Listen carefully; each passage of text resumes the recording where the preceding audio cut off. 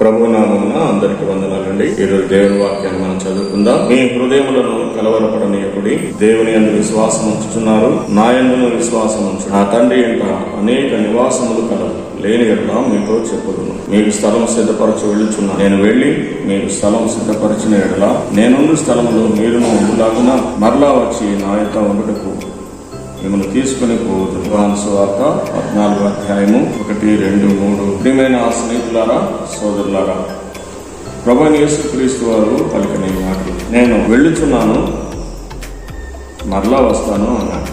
నా తండ్రి ఇంట అనేక నివాసాలు ఉన్నాయి, లేని ఎడల మీకు చెప్తాను అన్నాడు. యేసుక్రీస్తు ప్రభు 2025 సంవత్సరాల క్రితం శరీరధారిగా ఈ లోకంలో జన్మించి 33.5 సంవత్సరాలు జీవించి ప్రభు లోక పాపముల కొరకై ఆయన కలువరి శిలువలో చనిపోయి సమాధి చేయబడి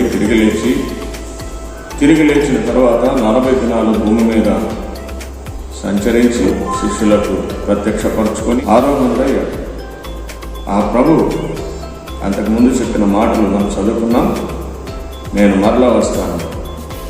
వచ్చిన మాట వాస్తవం, చనిపోయిన మాట వాస్తవం, తిరిగి లేచిన మాట వాస్తవం, మరలా రాబోతున్న మాట వాస్తవమే. ఆయన తన యొక్క ఉండుటకు తీసుకుని పోవుటకు రాబోతున్నాడు. అవును, మరి ఆయన యొక్క ఉండడానికి ఇష్టపడుతున్నారా? ఏ ప్రధానమంత్రి, ఏ ముఖ్యమంత్రి, ఏ ఉన్నత స్థాయిలో ఉన్నవాళ్ళు నా యొక్క ఉండుటకు, నా ఇంట ఉండుటకు, నాతో ఉండుటకు మిమ్మల్ని తీసుకుని పోతానని చెప్పలేదు. కానీ సర్వ సృష్టికర్త అయిన యేసుక్రీస్తు ప్రభు తనతో శాశ్వతంగా ఉండటకు ఆయన నమ్మిన బిడ్డలను తీసుకుని పోవుటకు రాబోతున్నాడు. ఆ ప్రభువైన యేసుక్రీస్తునందు విశ్వాసం ఉంచండి. ప్రభువుకు శాశ్వతంగా నిత్య జీవం పొందినట్లు ఆయన కొరకై అప్పగించుకోవాలని ప్రేమతో తెలియజేస్తున్నాను.